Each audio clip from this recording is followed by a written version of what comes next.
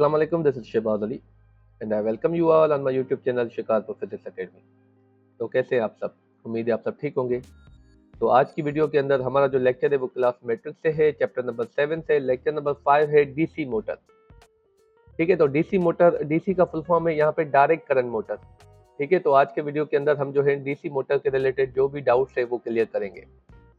तो सबसे पहले मैं आपको ये रिकमेंड करूंगा, अगर आपने हमारा जो है लेक्चर नंबर 3 या लेक्चर नंबर 4 जो है turning effect on current carrying coil in a magnetic field, अगर वो नहीं देखा तो पहले आप वो देखिए, उसके बाद ये लेक्चर देखिएगा, क्योंकि इसकी पूरी जो अंडरस्टैंडिंग है, प्री अंडरस्टैंडिंग है, वो उस लेक्चर में दी हुई है।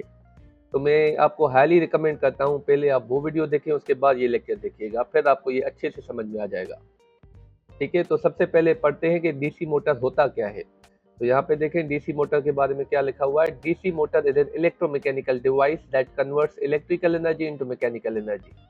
तो डीसी मोटर एक इलेक्ट्रोमैकेनिकल डिवाइस है। इलेक्ट्रोमैकेनिकल का मतलब होता है जिसके अंदर इलेक्ट्रिकल और मैकेनिकल दोनों प्रोसेसेस जो हैं वो होते हों, उसको इलेक्ट्रोमैकेनिकल डिवाइस बोलते हैं, जो कि इलेक्ट्रिकल एनर्जी को मैकेनिकल एनर्जी में कन्वर्ट करता है। ठीक है, तो हम उसको एज इनपुट, हम जब डीसी मोटर को इलेक्ट्रिकल एनर्जी देते हैं तो वो आउटपुट में एज अ मैकेनिकल एनर्जी हमें प्रोवाइड करता है। DC motor is similar to DC generator in construction. DC motor और डीसी जनरेटर जो होता है वो दोनों जो है सेम होते हैं कंस्ट्रक्शन वाइज, उनकी कंस्ट्रक्शन सेम होती है, but the output device act as input and input as output. पर वो डीसी जनरेटर जो होता है वर्किंग प्रिंसिपल के हिसाब से वो डीसी मोटर के इनवर्स होता है। मतलब जैसे हम मोटर को इलेक्ट्रिकल एनर्जी इनपुट देते हैं, वो आउटपुट एनर्जी हमें मैकेनिकल एनर्जी देता है। डीसी जनरेटर क्या करता है, उसको हम जो है इनपुट एज मैकेनिकल एनर्जी देते हैं, वो आउटपुट एज इलेक्ट्रिकल एनर्जी हमें प्रोवाइड करता है। ठीक है, तो दोनों जो है दोनों का जो वर्किंग प्रिंसिपल है वो ऑपोजिट है।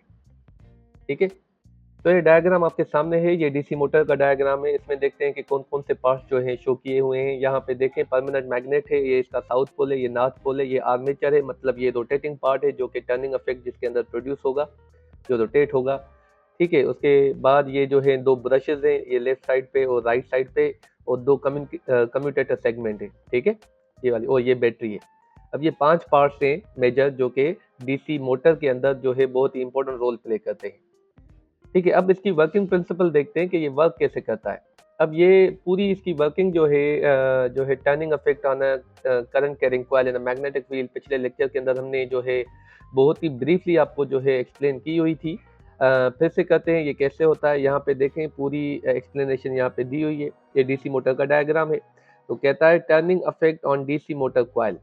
तो इसके अंदर जो है टर्निंग इफेक्ट प्रोड्यूस करना है। जब हम इसको इलेक्ट्रिकल एनर्जी देते हैं, मतलब ये बैटरी ऑन करेंगे तो इसके अंदर टर्निंग इफेक्ट प्रोड्यूस होगा, मतलब इसके अंदर मैकेनिकल एनर्जी हमें ये एज अ आउटपुट देगा। ठीक है, तो यहाँ पे देखिए कहता है कि current carrying coil in a magnetic field experiences a turning effect. जब भी हम किसी कॉइल को जिसके अंदर से, मतलब जिसके थ्रू करंट पास हो रहा हो, मैग्नेटिक फील्ड के अंदर प्लेस करते हैं, मतलब मैग्नेटिक फील्ड कहाँ से आई, ये जो परमानेंट मैग्नेट है इसके अंदर जब हम इस कॉइल को प्लेस करते हैं और उसके थ्रू हम करंट पास कराते हैं तो उसके ऊपर फोर्स लगता है। In figure 16.12 a rectangular coil ABCD carries a current in a magnetic field between two magnets। अब यहाँ पे कहता है कि ये मिसाल के तौर पे एक कॉइल है जिसको हम लेबल कर लेते हैं, ये इसकी साइड A है, ये इसकी साइड B है, ये C है और ये D है। तो ये ABCD एक कॉइल है जिसको हमने प्लेस कर दिया एक जो है मैग्नेटिक फील्ड के अंदर। आगे बढ़ते हैं, यहाँ पे देखें पॉइंट ए है जिसके अंदर कहा जाता है the sides B C and D A carry currents with directions parallel to the magnetic field, no force is exerted on these two sides. अब यहाँ पे कौन सी साइड बी सी और डी ए, यहाँ पे देखें बी सी ये वाली साइड है और डी ए ये वाली साइड है। तो यहाँ पे कहता है ये जो है, आपको पता है मैग्नेटिक फील्ड की जो डायरेक्शन होती है वो नॉर्थ से लेके साउथ पोल तक जाती है। और यहाँ पे देखिए BC और DA ये दोनों साइड्स इस मैग्नेटिक फील्ड लाइंस के जो है वो पैरेलल हैं। जब वो पैरेलल होती हैं तो इन दो जो है वायर्स के ऊपर जो फोर्स लगेगा वो नहीं लगेगा, बिल्कुल जीरो फोर्स लगेगा, क्योंकि ये इसकी डायरेक्शन दोनों जो है वायर्स की डायरेक्शन मैग्नेटिक फील्ड लाइन की डायरेक्शन के पैरेलल हैं। जब भी पैरेलल होंगी तो उस पर जो फोर्स लगेगा वो जीरो लगेगा।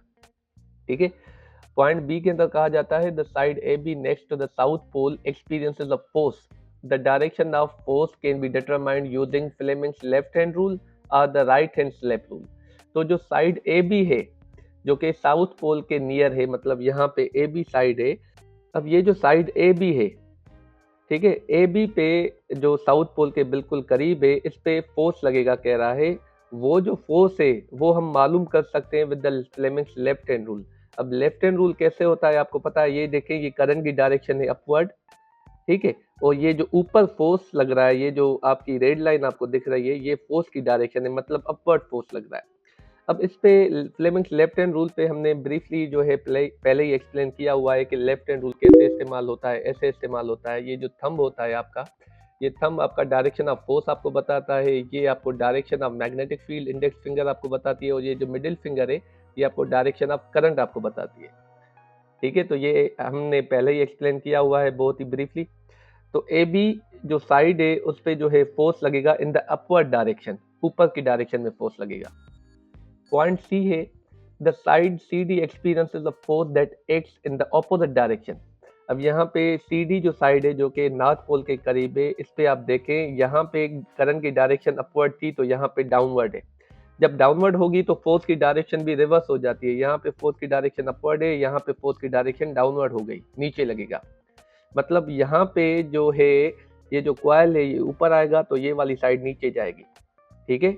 इन दिस वे उसके अंदर रोटेशन मतलब टर्निंग इफेक्ट प्रोड्यूस हो जाता है, और ये जो कॉइल है वो रोटेट होता रहता है, ठीक है। ये एक कपल के फॉर्म में आ जाता है। कपल हमने 9th क्लास में पढ़ा हुआ है, जब ऑपोजिट और पैरेलल फोर्सेस लगते हैं किसी भी बॉडी के ऊपर तो क्या होता है, उस बॉडी में टर्निंग इफेक्ट प्रोड्यूस हो जाता है। और जब तक कपल लगता रहेगा, मतलब फोर्सेस लगते रहेंगे, तो उसके अंदर टर्निंग इफेक्ट प्रोड्यूस होता रहेगा और बॉडी रोटेट होती रहेगी, ठीक है। तो जब तक हम यहाँ पे battery electrical energy as input देते रहेंगे, इसके अंदर जो है वो रोटेटिंग जो है प्रोसेस चलता रहेगा, मतलब ये output as a mechanical energy देता रहेगा, ठीक है। कंक्लूजन क्या होता है यहाँ पे देखें, the two forces acting in opposite directions on the two sides of the coil form a couple and produce turning effect on the coil.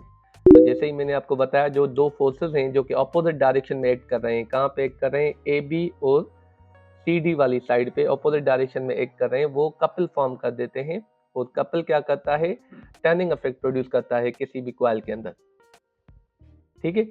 The forces are produced when the magnetic field due to current in the coil combines with external magnetic field to produce two resultant catapult fields around the coil.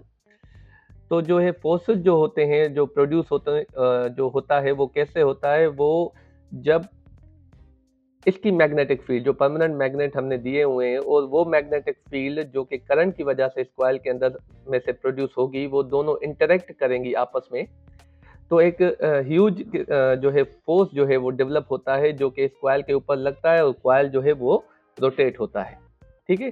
तो ये जो force generate होता है वो magnetic field की वजह से होता है। वो मैग्नेटिक फील्ड जो कि एक परमानेंट मैग्नेट से जो है डेवलप होती है और करंट की वजह से इस कॉइल के अंदर डेवलप होती है, ठीक है। तो इस टॉपिक की लास्ट पॉइंट है, two important applications of turning effect on a current carrying coil in a magnetic field are the direct current motor and moving coil galvanometer. तो जो इंपॉर्टेंट एप्लीकेशन है हम डेली लाइफ में इस्तेमाल करते हैं turning effect of the current carrying coil की, वो है डीसी मोटर जो कि अभी हमने पढ़ा, और मूविंग कॉइल गैल्वानोमीटर।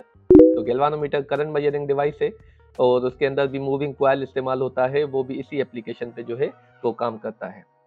तो उम्मीद है आज का जो लेक्चर है डीसी मोटर वो आपको बहुत ही अच्छे तरीके से समझ में आया होगा। फिर भी कोई क्वेश्चन या क्वेरी रह गई तो आप कमेंट सेक्शन में पूछ सकते हैं। इंशाल्लाह will meet you in the next lecture. Thank you very much.